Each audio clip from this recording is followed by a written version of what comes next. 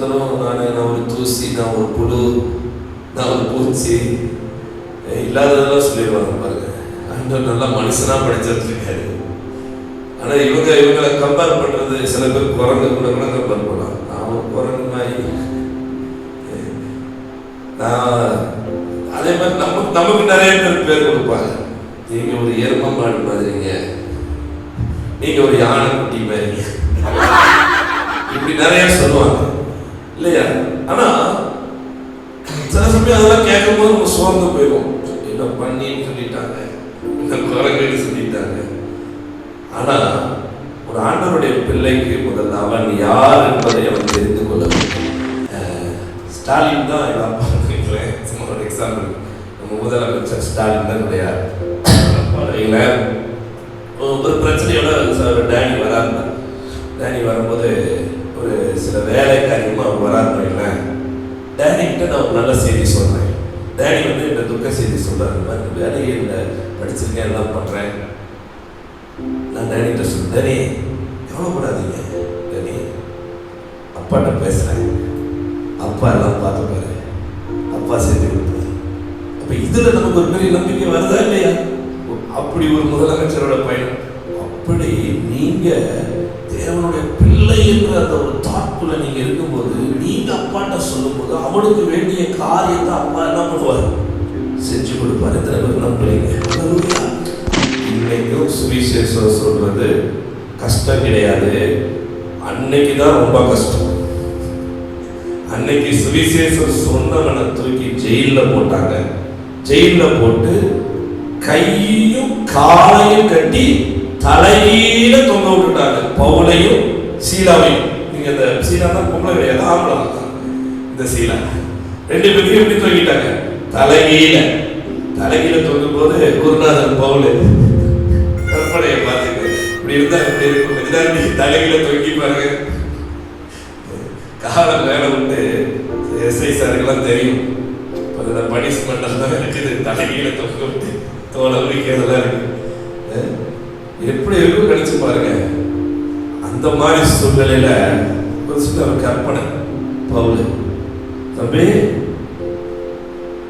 ஒரு விஷயம் தெரியுமாடா? என்னென்ன சொல்லுங்க. கைய கட்டிட்டாங்கடா, ஆமாண்ணே. காலை கட்டிட்டாங்கடா, ஆமாண்ணே. தலையில தொங்க விட்டாங்கடா, ஆமாண்ணே. தொங்கிட்டு தானே இருக்கிறோம்.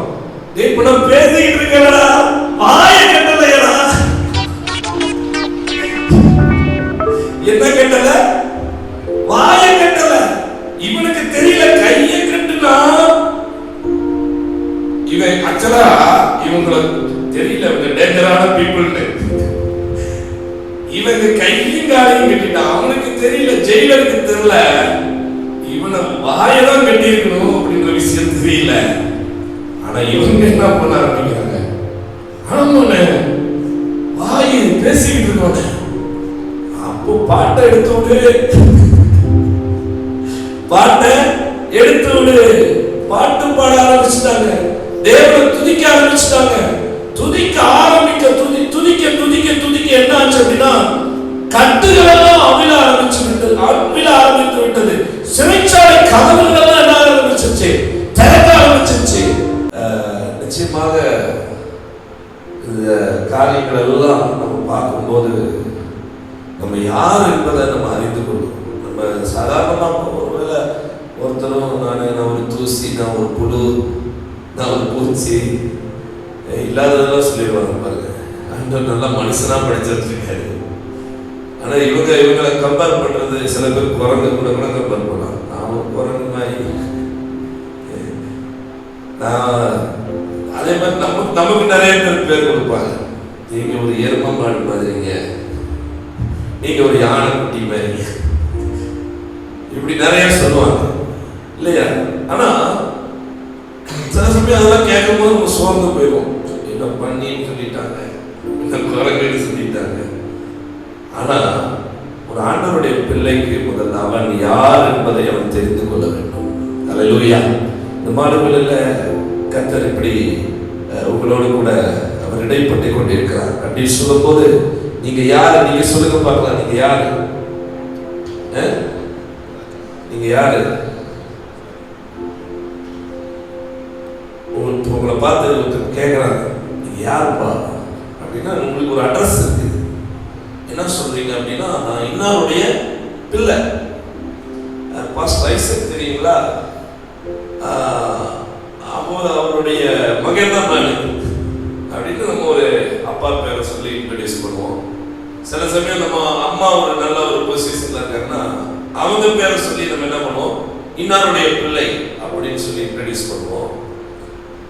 சில பேர் வந்து அண்ணன் தம்பி யாராவது நல்ல பொசிஷன்ல இருப்பாங்க, அந்த பொசிஷன் வச்சு என்ன சொல்லுவாங்க, நான் இன்னாருடைய தம்பி, இன்னாருடைய அண்ணன் இப்படிலாம் சொல்லுவாங்க. எங்க அக்கா தாங்க கலெக்டரா இருக்காங்க, அவன் தெரியுமா, பரமேஸ்வரி பேர் இப்படி சொல்லி அவங்களுடைய கசின் தாங்க நான் அப்படி சொல்லுவாங்க.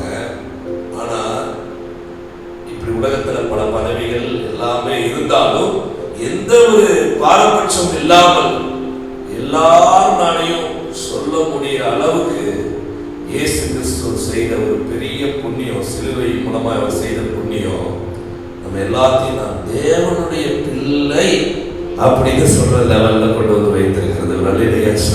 அல்லேலூயா.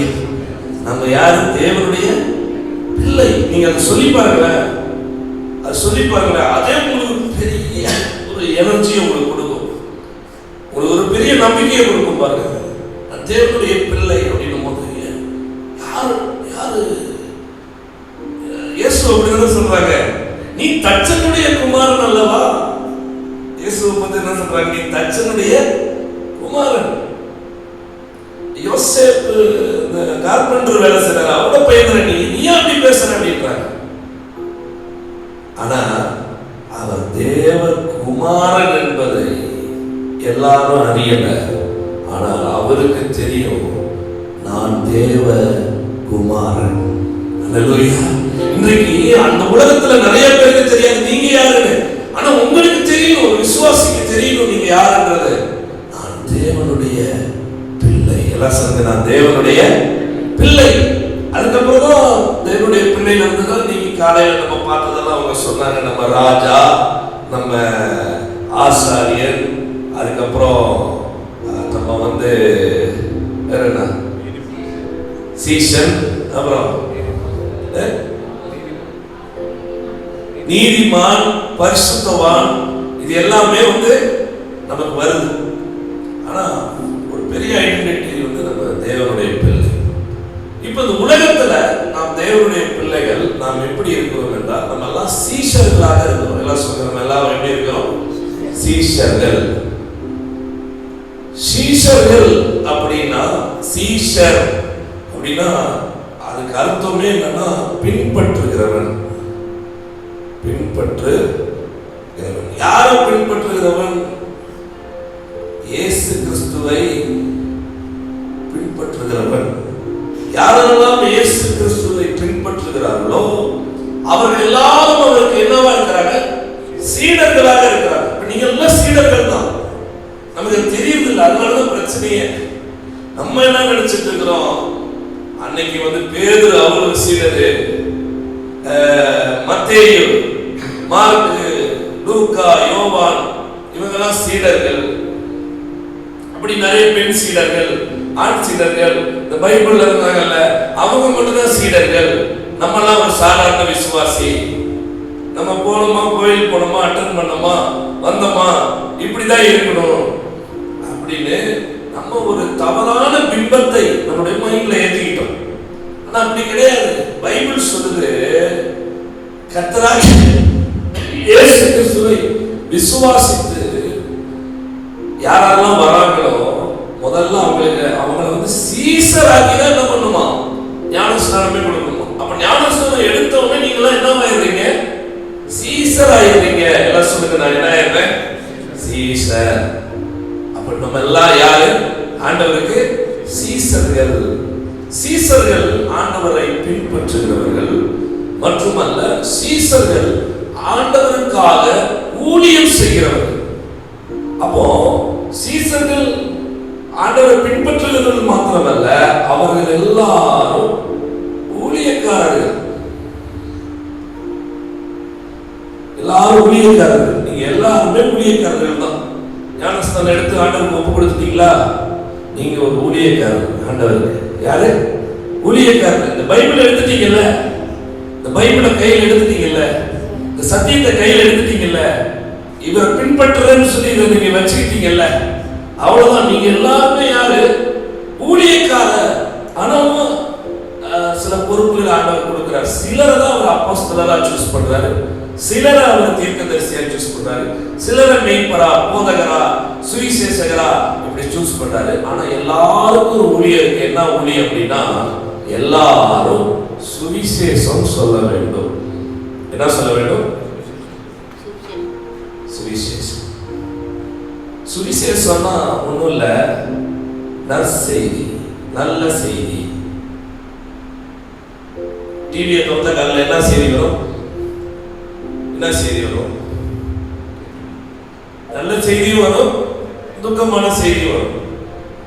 எல்லாத்துக்கும் கூடலூர்ல இருக்கிற எல்லாத்துக்கும் பட்டா கொடுக்க போறாங்களாம் அப்படின்னு கேட்கும்போது செக்ஷன் 17 இருக்கிறவங்க அப்பா நமக்கு என்ன கிடைக்கும் போது? பட்டா கிடைக்கும் போது நல்ல செய்தி வருது. அதே சமயத்தில் அதே டிவியில கொஞ்சம் அப்படியே சேனல்ல பார்த்துக்கிட்டே இருந்தோம்னா வேன் கவிழ்ந்து 20 பேர் பலியானார்கள் அப்படின்னு வரும். அது என்ன செய்தி? துக்க செய்தி. துக்க செய்தி இருக்கு, துர்ச்செய்தி இருக்கு. பூகம்பம் வரும்போது, கூடலூர் அடிய போது அப்படின்னா அது ஒரு துர்ச்செய்தி. இப்படி துர்ச்செய்தி இருக்கு. இப்படி துர்ச்செய்திகள் நிறைந்த இடத்துல உலகம் என்று எடுத்துக்கொண்டாலே துர்ச்செய்தி தான். எல்லா பக்கமும் துர்ச்செய்தி தான். உன் நோய்க்கு ஒரு விடிவு காலம் இல்லை, உன் பிரச்சனைக்கு ஒரு விடிவு காலம் இல்லை, உன்னுடைய சூழ்நிலைக்கு ஒரு விடிவு காலம் இல்லை. நீ கடன் வாங்கிட்டே அவ்வளவுதான், முடிச்சு உன் கதை. நீ பாவத்துல விழுந்துட்டியா அவ்வளவுதான், உன் கதை அதோட முடிச்சு. இனிமே உனக்கு மீட்பே கிடையாது, அவ்வளவுதான், நீ நரகம் போகணும் இப்படின்னு இந்த உலகத்துல பல துர்ச்செய்திகள் சொல்லப்பட்டிருக்க போது ஒரே ஒரு நற்செய்தி, அது கிறிஸ்து இயேசுவின் மூலமாக நமக்கு கிடைக்கிறது. ஹல்லேலூயா. கர்த்தராகிய இயேசு கிறிஸ்து என்னும் ரட்சகர், அவர் கல்வாரி சிலுவையில் நம்முடைய பாவங்களுக்காக, சாபங்களுக்காக, சிஸ்டர் சொன்ன மாதிரி எல்லாத்தையும் அவர் அங்க வச்சு என்ன பண்ணிட்டார்? சேர்த்து ஆணி அடிச்சிட்டார். சேர்த்து என்ன பண்ணிட்டார்? அதுக்கு வேண்டிய பரிகாரத்தை செஞ்சு முடிச்சிட்டார். இப்போ இப்படிப்பட்ட பரிகாரம் செய்து முடிக்கப்பட்டிருக்கிறது அப்படின்னு சொல்லி நம்ம மற்றவங்களுக்கு என்ன பண்ணணும்? இந்த நல்ல செய்தியை சொல்லணும். அவ்வளவுதான். இதுதான் சுவிசேஷம். சுவிசேஷம் என்று சொல்லும் பொழுது அதுல பல வகை இருக்கு. அதுல எல்லாரும் செய்ய ஊழியம் என்ன அப்படின்னா, நல்ல செய்தியை மற்றவங்களுக்கு சொல்லிடணும். பக்கத்துல உட்கார்றவங்க மைக்கு போட்டுதான் சொல்லணும்னு கிடையாது. பக்கத்துல இருக்கிறவங்க கிட்ட இந்த மாதிரி ஒரு நல்ல செய்தி உங்களுக்கு இருக்கு, நீங்க கவலைப்படாதீங்க, உங்க பிரச்சனைக்கு ஒரு தீர்வு கொடுக்க இயேசுவால் முடியும், அது எல்லாத்தையும் செஞ்சு முடிச்சிருக்கிறாரு அப்படின்னு ஒரு சிம்பிளா ஒரு வார்த்தை சொன்னா அதுதான் சுவிசேஷமா என்ன ஆகுது? மற்றவர்களுக்கு அது போகுது. காலையில இந்த காரியங்களை தான் நாங்க சுவிசேஷம் எப்படி சொல்லணும், சிம்பிளா நம்ம எப்படி பேசலாம் அப்படின்றத குறித்து தான் நாங்க பார்த்தோம். இன்னைக்கு காலையில வந்தவங்களும் கொஞ்சம் பேர் இந்த இடத்துல இருக்கிறாங்க, காலையில வராதவங்களும் கொஞ்சம் பேர் இந்த இடத்துல கலந்துருக்கிறாங்க. அப்போ இப்போ என்ன அப்படின்னா, நீங்க என்ன சில பேர்லாம் நோட் பண்றதுக்கு நோட்டெல்லாம் எடுத்துட்டு வந்துருப்பீங்களா தெரியல, பேனெல்லாம்.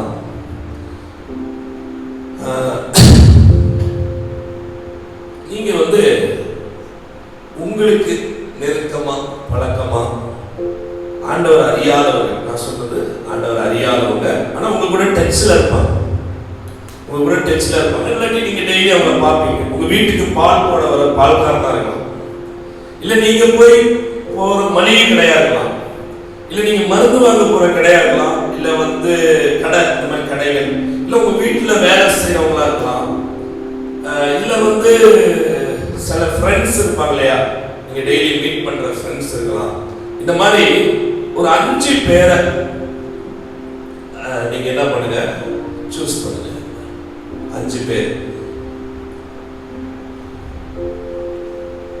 இவங்களோட பேரை நீங்க என்ன பண்ணுங்கன்னா, உங்க வீட்டுல நீங்க ஒரு பர்சனலா ஒரு டைரி வாங்கிக்கீங்க, ஒரு டைரி ஒன்று வாங்கிக்கீங்க. இந்த டைரியில நீங்க என்ன பண்ணுங்கன்னா, அந்த 5 பேரோட பேரும் நீங்க எழுதிக்கணும். இந்த 5 பேர்ல ஒரு நபர் யாராவது ஒருத்தர் நீங்க சொல்ற சில காரியத்தை அவங்க ஏற்றுக்கிறவங்களா இருப்பாங்க. அவங்க ஏதோ ஒரு பிரச்சனையில இருப்பாங்க. கண்டிப்பா 5 பேர் உங்க கூட இருக்காங்க அப்படின்னா இதுல ஒரு ஆள் வந்து ஏதாவது ஒரு பிரச்சனையில இருக்கிறவங்களா இருக்கலாம். ஒருவேளை அவங்களுக்கு கடன் பிரச்சனையா இருக்கலாம், இல்ல வந்து அவங்களுக்கு ஒரு நோய் வந்து ஒரு பிரச்சனையா இருக்கலாம், இல்ல அவங்க செய்த ஒரு பாவம் ஒரு பெரிய பிரச்சனையா இருக்கலாம். ஏதாவது பாவம் செஞ்சிருப்பாங்க, ஏதோ தவறு செஞ்சிருப்பாங்க, தவறுன்னு வச்சுக்கல, ஏதோ தவறு பண்ணியிருப்பாங்க, அதனால அவங்களுக்கு பெரிய சிக்கல் அவங்க மாட்டிட்டு இருக்கலாம். ஏதாவது ஒரு ரீசன், ஏதாவது ஒரு ப்ராப்ளமேட்டிக் ரீசன் இருக்கு இல்லையா, அந்த ரீசனோட இருப்பாங்க. இப்போ இப்படிப்பட்ட ஆட்களுக்கு நீங்க சுவிசேஷம் சொல்லணும், சிம்பிளா சொல்லணும். நீங்க வந்து ரொம்ப போட்டு அவங்கள போட்டு மண்டைய கழுவி ஆதியாகமத்துல இருந்து அப்படி படிச்சீங்கன்னா அதுக்கப்புறம் அப்படியே வந்து சுவிசேஷத்தை சொல்றது பைபிள்ல இருந்து எல்லாம் எடுத்து அது இதுன்னு நான் அடுக்கி சொல்றதுக்கு சிம்பிளா ஒரே ஒரு காரியம் என்னன்னா, நீங்க இவங்க வந்து ஒரு நோயில இருக்காங்க, சகோதரி இல்ல கவலைப்படாதா, இப்படிப்பட்ட ஒரு வியாதியில தான் ஒரு நபர் எங்க சர்ச்சில் கூட இருந்துட்டு இருந்தாரு. இல்லை உங்களுக்கு தெரிஞ்சவங்க யாராச்சும் இருப்பாங்க. நீங்க வியாதியில இருந்து இயேசு விடுதலை கொடுத்துருக்கிறத நீங்க நிறைய பேர் பார்த்துருக்கீங்க. அந்த வியாதியில அவங்க இருக்கும்போது அவங்களுக்காக ஏசப்பாட்ட ஜெபம் பண்ணும்போது ஏசப்பா சுகம் கொடுத்தாரு. நீயும் நம்பு, இந்த வியாதியிலிருந்து உனக்கும் கர்த்தர் சுகம் கொடுப்பாரு. நான் ஜெபம் பண்றேன் உனக்காக. நான் சர்ச்சில் நீங்க கூட நிறைய பேர் இருக்காங்க, அவங்ககிட்டயும் நான் என்ன பண்றேன் சொல்லி நான் ஜெபம் பண்றேன், உனக்கு ஒரு பெரிய மாற்றத்தை கொடுப்பாரு, கவலைப்படாது. இது எவ்வளவு நேரம் சொல்லணும் சுவிசேஷம்? ஒரு நிமிஷம் வருமா? அவ்வளவுதான். இத நல்ல செய்தி, அவனுக்கு துர்ச்செய்தி இல்லை, நல்ல செய்தியை சொல்லணும். இந்த நல்ல செய்தியை சொல்லி இதுக்கப்புறம் என்ன பண்ணணும் அப்படின்னா, இப்போ ஒரு நான் காலையில இது வந்து காலையில் ரொம்ப டைம் எடுத்துச்சு, ப்ராக்டிக்கலாகவே நாங்கள் பார்த்தோம். எழுத வச்சு இந்த எழுதுனவங்கள்ல சகோதரிகள் ஒருத்தங்க எழுப்பி சொன்னாங்க, அவங்களுக்காக நாங்கள் ஜெபம் பண்ணோம். சகோதரர்கள் ஒருத்தங்க எழுப்பி சொன்னாங்க, அவங்களுக்காக நாங்கள் ஜெபம் பண்ணோம். இப்படி வந்து ரொம்ப ப்ராக்டிக்கலா போச்சு. நீங்க டைம் இல்லாதனால நான் சுருக்கமா சொல்றேன். இப்போ இவர் பேர் வந்து பிரபுன்னு வைங்களேன். பிரபு, இந்த பிரபுக்கு நோயினால ஒரு பிரச்சனை. அப்போ இந்த பிரபுக்காக நீங்க டெய்லியுமே உங்களுக்கு ஜெப குறிப்பு கிடைச்சிருச்சு. என்ன கிடைச்சிருச்சு? எனக்கு ஏதாவது இந்தியாவை ரட்சியும், இலங்கையை ரட்சியும், என்னென்னமோ இஸ்ரவேலை ரட்சியும், எல்லாம் ஜெபம் பண்றதை விட்டுட்டு நான் சொல்ல பாருங்க, உங்க நண்பர்களுக்காக நீங்க ஜெபம் பண்ணுங்க, உங்க உறவினர்களுக்காக நீங்க ஜெபம் பண்ணுங்க. நீங்க டெய்லி பாக்குறீங்கல்ல, இவங்களுக்காக நீங்க ஜெபம் பண்ணுங்க. உங்களுக்கு ஜெப குறிப்பு கிடைச்சிருச்சு. நீங்க உங்க அப்பாட்ட என்ன பண்ண போறீங்க? நீங்க தேவனுடைய பிள்ளை தானே, உங்க அப்பாட்ட நீங்க சொல்ல போறீங்க. இப்போ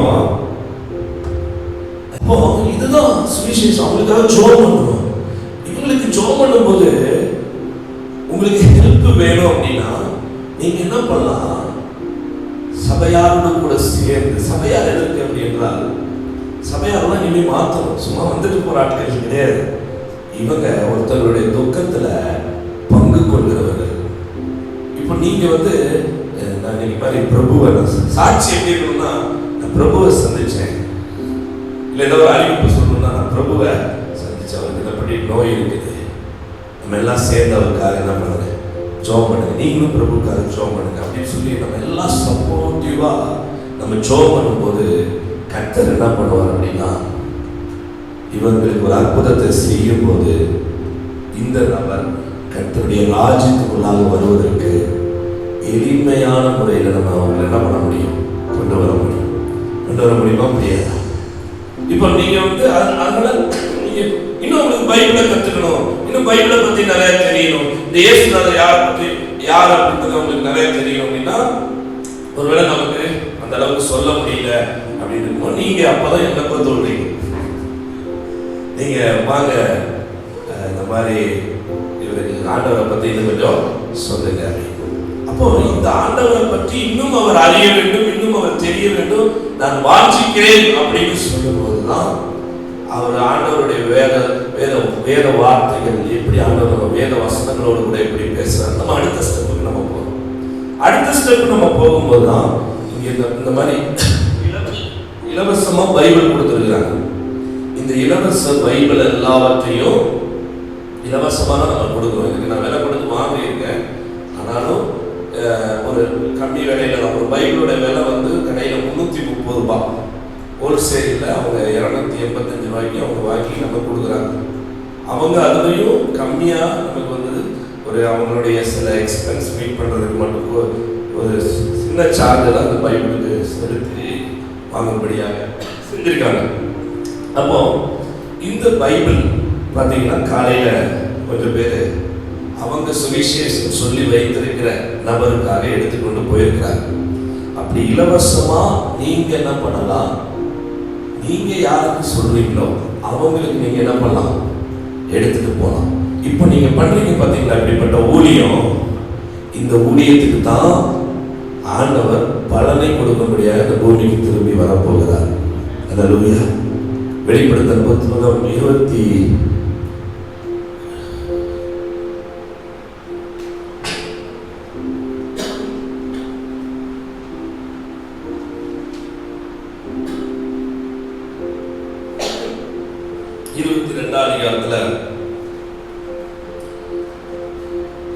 11-12 வசனங்களை வாசிக்கலாம். இப்ப அநியாயம் செய்கிறவன் இன்னும் என்ன பண்ணிட்டோம், அநியாயம் பண்ணிட்டு இருக்கட்டும். அந்த லிஸ்ட்ல நம்ம வரமாட்டோம். ஏன்னா நம்ம எல்லாம் இனிமேல் நம்ம அர்ப்பணிச்சிட்டோம்னா நம்ம ஊழியத்துக்கு வந்துட்டோம். எல்லாருமே ஊழியத்துக்கு வந்துட்டீங்க நீங்க. அதனாலதான் நான் வந்து காலையில் ஒரு கால்குலேஷன் போட சொன்னேன். அது எப்படின்னா சர்ச்சில் பார்த்தீங்க அப்படின்னா நம்ம ஒரு 10 மணி நேரம் மொத்தமாக வாரம் பூரா செலவு பண்ணுறோம், 10 மணி நேரம் செலவு. ஆனால் நமக்கு வந்து ஒரு கிட்டத்தட்ட ஒரு 110 மணி நேரம் ஒரு வாரத்தில் மிச்சம் இருக்குது. அந்த தூங்குறதெல்லாம் போக கால்குலேட் பண்ணோம். அப்போ அந்த 110 மணி நேரத்தில் நீங்கள் நம்மளாம் உலகத்து கூட தான் இருக்கிறோம், நம்ம நிறைய கூட பேசுகிறோம், பழகிறோம். அப்போது யாருக்கு வாய்ப்பு அதிகம் அப்படின்னா நமக்கு தான் வாய்ப்பு அதிகம். ஏன் அவர் அப்படிப்பட்ட வாய்ப்பு கொடுக்குறாரு அப்படின்னா இப்படிப்பட்ட நபர்களை நீங்கள் தேர்ந்தெடுப்பதற்காக. இதிலே எல்லாருக்காகவும் நீங்க ஜெபிக்கலாம். அதுல பர்டிகுலரா ஒவ்வொரு பர்சனை எடுத்து நீங்க என்ன பண்ணலாம், அவங்களுக்காக நீங்க ஜெபம் பண்ணலாம். அப்புறம் நீங்க எல்லாருமே ஊழியத்துக்குள்ள நீங்க வந்து பைபிளை தூக்கிட்டு அங்கங்க போய் ஊழியம் செய்யணும் கிடையாது. நீங்க இருக்கிற இடத்துல நீங்க ஊழியம் செய்ய ஆரம்பிச்சிருவீங்க. நீங்க போன்ல சிம்பிளா ஊழியம் செய்ய ஆரம்பிச்சிருவீங்க. நீங்க ஒரு கடைக்கு போற இடத்துல ஒரு நிமிஷத்துல ஊழியத்தை செஞ்சு தந்துருவீங்க. இப்படி இதோடைய விளைவுக்கெல்லாம் ஒரு பலன் இருக்கிறது. அநியாயம் செய்கிறவன் அவன் ஒரு பக்கம் செஞ்சுக்கிட்டு இருக்கணும், அசுத்தமா இருக்கிறவன் அவன் அசுத்தமா இருக்கணும், நீதி உள்ளவன் நம்மள நீதிமான் இன்னுமே என்ன செய்யணும், நீதி செய்யணும், பரிசுத்தம் உள்ளவன் இன்னும் பரிசுத்தமாகட்டும் அப்படின்னு சொல்லிட்டு இதோ சீக்கிரமாய் வருகிறேன், அவனவனுடைய கிரியைகளின் படி அவனவனுக்கு நான் அளிக்கும் பலன் என்னோடு கூட. இந்த வசனத்தை பார்த்து பயப்படாதீங்க.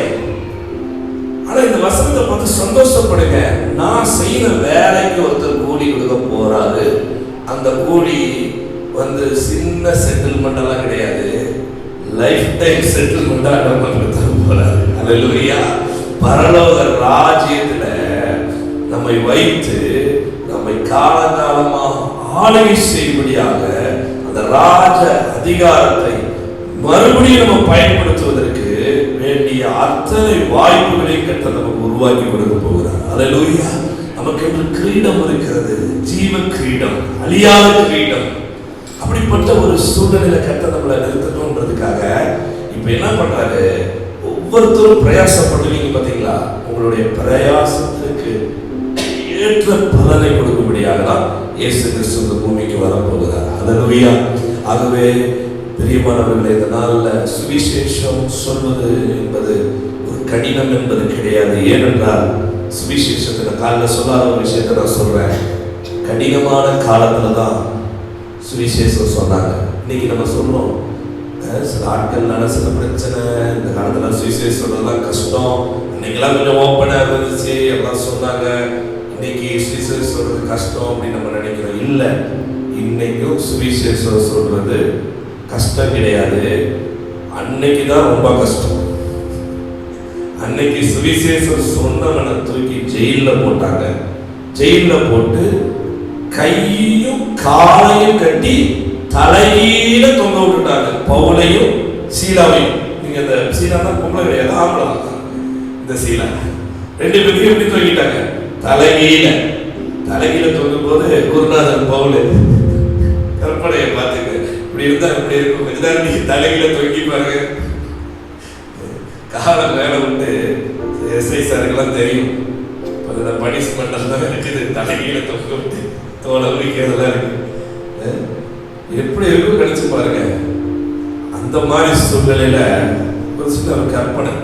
பவுல், தம்பி ஒரு விஷயம் தெரியுமாடா?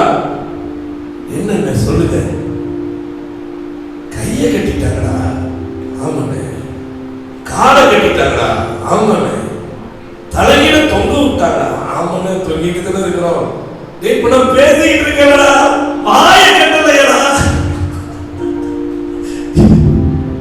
என்ன கட்டல?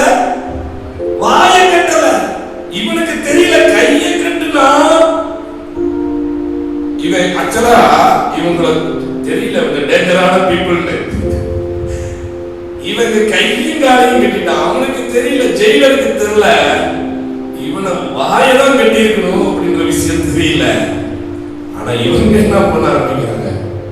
ஆமாண்ணே, வாய் பேசிக்கிட்டு இருக்கோண்ணே. அப்போ பாட்டை எடுத்து விடு, பாட்டை எடுத்து விடு. பாட்டு பாட ஆரம்பிச்சுட்டாங்க. தேவனை துதிக்க ஆரம்பிச்சுட்டாங்க. துதிக்க ஆரம்பிக்க துதிக்க துதிக்க துதிக்க என்ன ஆச்சு அப்படின்னா கட்டுகளெல்லாம் அவிழ ஆரம்பித்து விட்டது. சிறைச்சாலை கதவுகள் என்ன ஆரம்பிச்சிருச்சு? திறக்க ஆரம்பிச்சிருச்சு. ஹல்லேலூயா. வாய் எவ்வளவு பவர்ஃபுல் பாருங்க. ஹல்லேலூயா. அதனால இந்த வாயை நம்ம ரொம்ப கேர்ஃபுல்லா யூஸ் பண்ணணும். இந்த வாயில தேவனுடைய துதி இருக்கணும், தேவனுடைய ஸ்தோத்திரம் இருக்கணும். பிரச்சனைகள் மத்தியில, போராட்டங்கள் மத்தியில, இப்படிப்பட்ட சூழ்நிலைகள் வர நேரத்துல நம்ம சோர்ந்து விட்டு ஐயோ அம்மா அப்படின்னு நம்ம சொல்லாம நம்ம தேவனை நம்ம ஆராதிக்கும் போது நமக்கு விடுதலை ஆண்டவர் கொடுப்பார். அவர் விடுதலை கொடுக்கிற தேவன். ஹல்லேலூயா. நமக்கு விடுதலை கொடுக்கிற தேவன். பாருங்க, அதனால என்ன நடந்துச்சு தெரியுமா? அந்த ஹோல் ஜெயிலே ரசிக்கப்பட்டுச்சு. ஜெயிலர் தான் ரசிக்கப்பட்டுட்டான். அந்த இடத்துல ஒரு பெரிய மாற்றம் வந்துச்சு. ஆகவே இப்படிப்பட்ட சுவிசேஷத்தினாலே எத்தனையோ பேர் ரத்த சாட்சிகளாக மரித்திருக்கிறார்கள். நம்ம ரத்த சாட்சியாய் மரிக்கும் போது நமக்கு ஒரு கேரண்டி இருக்கு. என்ன அப்படின்னா பரலோகம் நமக்கு கேரண்டி. எத்தனை பேர் ரெடியா இருக்கிறீங்க? இன்னைக்கு கூட நான் ரத்த சாட்சியா நான் மரிக்கிறதுக்கு நம்ம ரெடியா இருக்கணும். நம்ம ஜீவனை ஒருத்தன் தன்னுடைய ஜீவனை காக்கலாம்னா அவனால காத்துக்கவே முடியாது. ஆனா தேவன் தான் நம்முடைய ஜீவனை என்ன பண்றாரு? பாதுகாக்கிறார். ஆனாலும் இந்த தேவனுக்கென்று நம்ம ரத்த சாட்சியாக மரித்தோம் என்றால் நம்மளாம் ஃபர்ஸ்ட் முதல் பலனாக ஆண்டவருடைய பிரசனத்தில், ஆண்டவருடைய பரலோகத்தில் முதல் பலனாக நீங்களும் நானும் காணப்படுவோம். ஹல்லேலூயா. அப்படிப்பட்ட இடத்துல கர்த்தர் நம்மளை வைக்கிறதுனால இந்த சுவிசேஷ ஊழியத்துல விசுவாசிகள் எல்லாருமே பங்கு பெறணும். வருகிற நாட்களில் கர்த்தர் திரளான ஆத்துமாக்கள் நம்முடைய சபைகளுக்கு தந்து நம்மை ஆசீர்வதிக்க அவர் போதுமானவராக இருக்கிறார். நம்ம எல்லாம் கண்களை மூடி ஆண்டவரை நம்ம நோக்கி பார்க்கலாம். ஹல்லேலூயா, ஹல்லேலூயா, ஹல்லேலூயா. Thank you Lord Jesus. Hallelujah.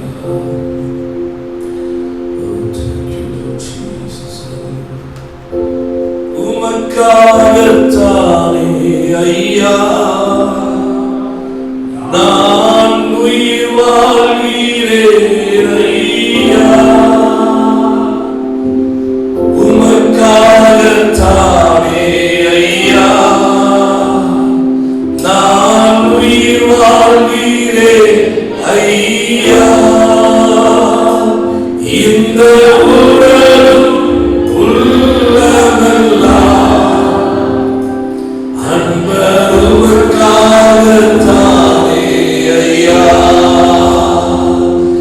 இந்த உலகம் உள்ளம்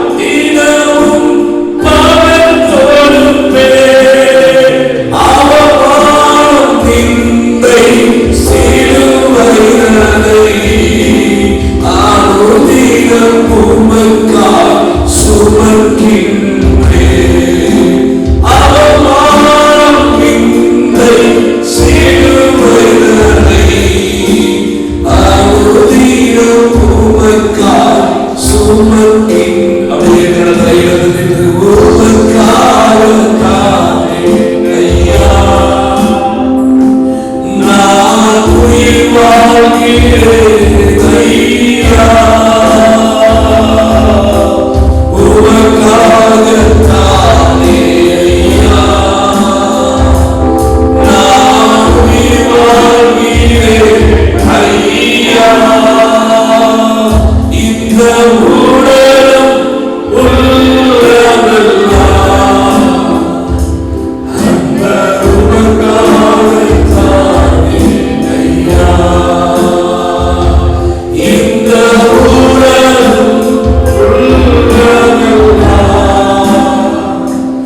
அன்பர் உமக்காகத்தானே ஐயா.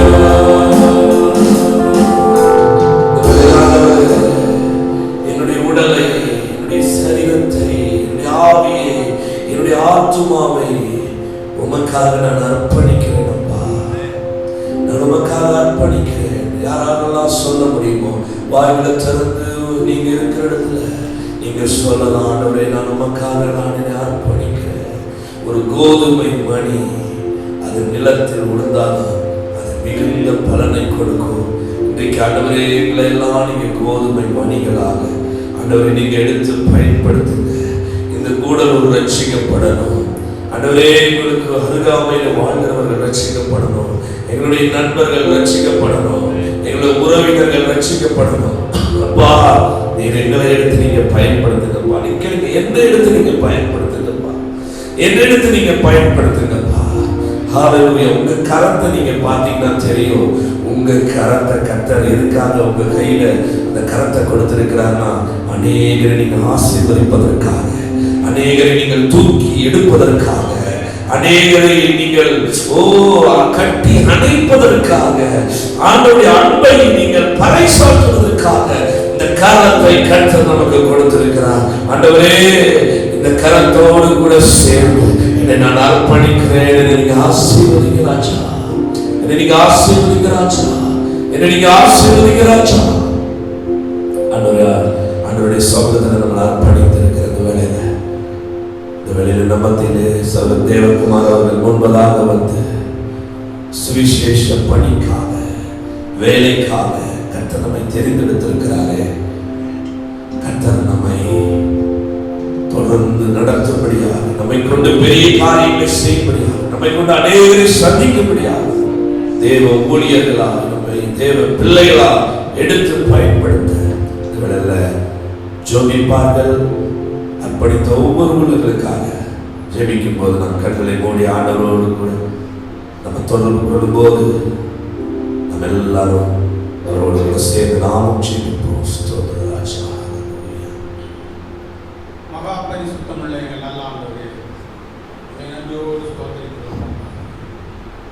இந்த பரிசுத்த ஓய்வு நாளிலே இந்த மாலை பொழுதிலே தொழுது கொள்ள ஒரு சிறு கூட்டமாக நாங்கள் வந்திருக்கிறோம். கர்த்தர் கேட்ட சத்தியங்கள் ஒவ்வொருவருடைய உள்ளத்திலும் ஆழமாய் பதிய